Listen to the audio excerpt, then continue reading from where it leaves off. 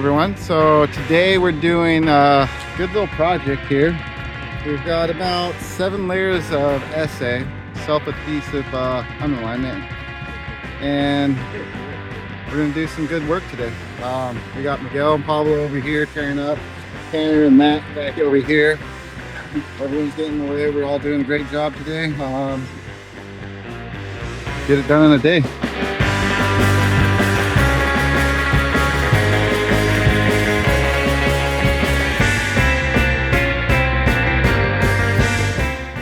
Good afternoon. So today we're here in Portland, Oregon.